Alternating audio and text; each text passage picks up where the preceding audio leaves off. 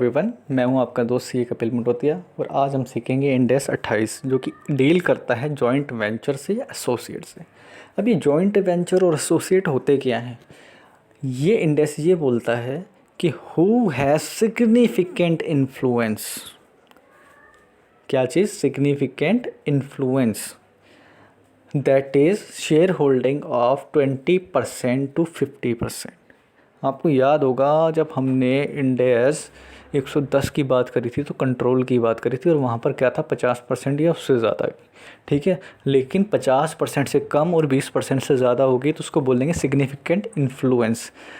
कहने का मतलब अगर आपके पास सिग्निफिकेंट इन्फ्लुएंस है plus power to participate in operating decision, आप ऑपरेटिंग डिसीजन के अंदर शामिल हो सकते हैं, पार्टिसिपेट कर सकते हैं। ठीक है, एंड आपके पास मीटर है। क्या है? मीटर।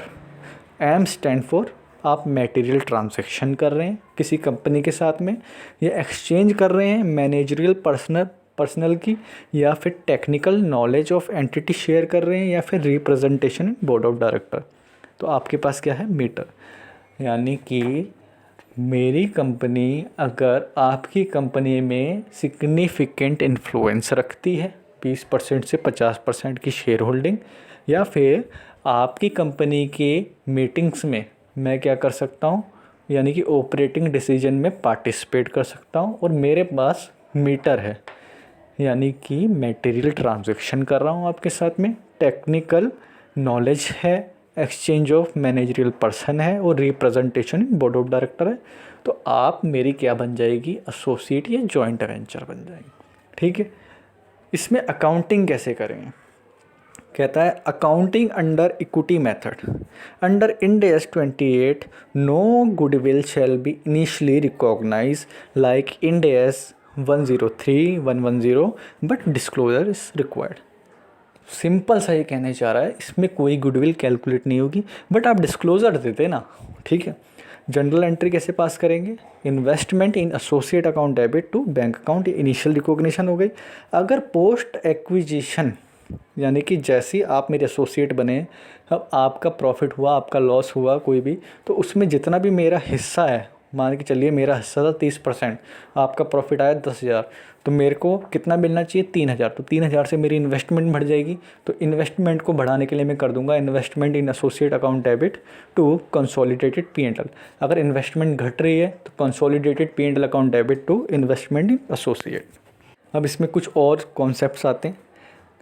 आप स्टेटमेंट भी बना सकते हैं। अगर आपको वैल्यू निकालनी है, क्लोजिंग वैल्यू निकालनी है इन्वेस्टमेंट की, तो आप क्या करना? इनिशियल रिकॉग्निशन करना, वो कॉस्ट पे होगी।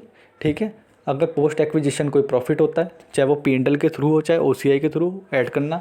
लॉस होता है, माइनस करना। कोई डिविडेंड है तो जैसे आपने 110 के अंदर इंडेक्स 110 में माइनस करा था, एज इट इज़ माइनस कर देना। माइनस करने के बाद में आपके पास जो वैल्यू आएगी वो वैल्यू होगी क्लोजिंग वैल्यू ऑफ इन्वेस्टमेंट। ठीक है, अब बात करते हैं डाउनस्ट्रीम अपस्ट्रीम ट्रांजैक्शन की। इंड एस 110 में डाउनस्ट्रीम का अलग ट्रीटमेंट था, अपस्ट्रीम का अलग ट्रीटमेंट था, लेकिन under Ind AS 28 there is no difference in the treatment of downstream और upstream. The calculation of unrealise profit will be made on the closing stock. तो आपको क्या करना है? अनरियलाइज प्रॉफिट निकालना है, और वो किस पे निकलेगा? क्लोजिंग स्टॉक पे निकलेगा। जनरल एंट्री दोनों में सेम होगी, दोनों केस में। तो एंट्री क्या करनी है? Consolidated P&L account debit to investment in associate, यानी कि इन्वेस्टमेंट एसोसिएट क्या है? बेसिकली एसेट है या इन्वेस्टमेंट है। ठीक है, एक कॉन्सेप्ट और है, वो है डेप्रिसिएशन की एडजस्टमेंट से रिलेटेड। जो हमने ऊपर स्टेटमेंट बनाई है ना क्लोजिंग वैल्यू ऑफ इन्वेस्टमेंट की, मान लीजिए कोई डेप्रिसिएशन है। If there is a difference in the value of asset due to depreciation, in that case it should be deducted while calculating closing value of investment in associate। कहना क्या चाह रहा है? अगर कोई डेप्रिसिएशन की वजह से एसेट की वैल्यू में चेंज आ रहा है तो भी आप उस डेप्रिसिएशन को माइनस कर देंगे इस इन्वेस्टमेंट की कॉस्ट से। तो यहाँ पर जो हमारा इंड एस 28 है ना, वो तो कंप्लीट हो गया। सर थोड़ा सा आप ऐसा करो ना, हमें इंड एस 27 भी करा दो। चलो ये भी थियोटिकल करा देते हैं। अब इंड एस 27 शुरू में ही मैंने कहा था कि स्टेटमेंट जो होती है ना, फाइनेंशियल स्टेटमेंट दो तरीके की होती है, एक एसएफएस एक सीएफएस। जो एसएफएस है उस पर इंड एस 27 लगता है। अब जो एसएफएस है मैंडेटरी स्टेटमेंट है, और SFS shall be only statement if investor is exempted और in case company is investment company. ठीक है, यानी कि एसएफएस ही अकेली स्टेटमेंट बनेगी अगर इन्वेस्टर एग्जम्प्टेड है सीएफएस बनाने से, या investment company. Under Ind S 110 if intimation has been sent to NCI and they don't raise any objection or for unlisted company or in future there will be no public issue or their ultimate holding company preparing CFS then there is no need to prepare CFS। यानी कि CFS की बात कर दी।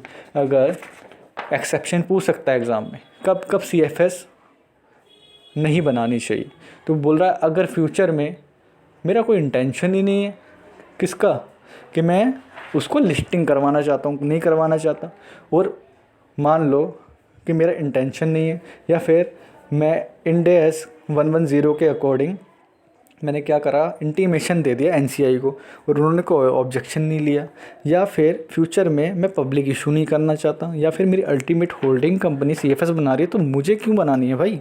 ठीक है, और बोलता है under companies act 2013 all the provisions are same as earlier box but if ultimate parent is a foreign company then intermediate company can not avail exemption.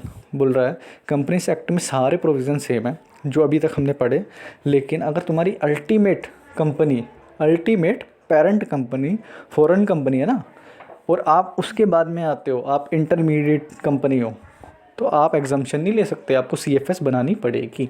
तो यहाँ पर हमने देख लिया कि इंड एस 28 और 27 की चीज़ें कैसे कैसे आपको एग्ज़ाम्स में करनी है।